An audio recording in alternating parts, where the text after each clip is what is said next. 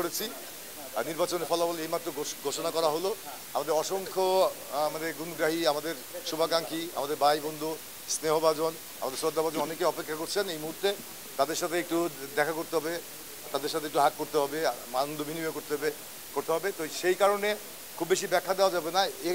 এতটুকু বলতে পারি যে এই বিজয় আসলে আমাদের না, এই বিজয় চলচ্চিত্র পরিচালক সমিতির যত সম্মানিত সদস্য আছেন তাদের প্রত্যেকের।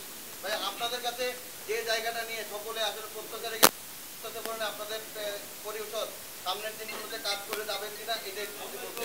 আমি একটা কথা সবসময় নির্বাচন করতে গেলে শাহিন কবির টুটুল আমরা মানে একসাথে অনেক নির্বাচন করেছি।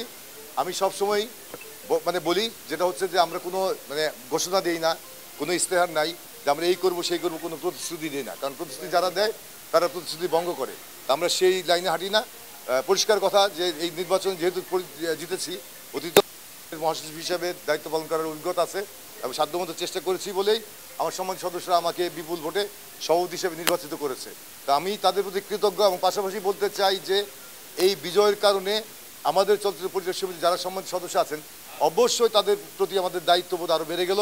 আমরা অতীত দায়িত্ব পালন করেছি, এখন সামনেও আমরা দায়িত্বের জায়গা আরও প্রসারিত হলো এবং আমরা চাইব সমিতির কল্যাণে সর্বসময় কাজ করতে। আমরা চাইব সমিতির প্রত্যেকটা সদস্যের পাশে থাকতে। আমরা চাইব সমিতির প্রত্যেকটা সদস্য যাতে এই পরিচালক সমিতি এসে তার আশ্রয়স্থল খুঁজে পায়, আরেকটা তার মানে ঘর খুঁজে পায়।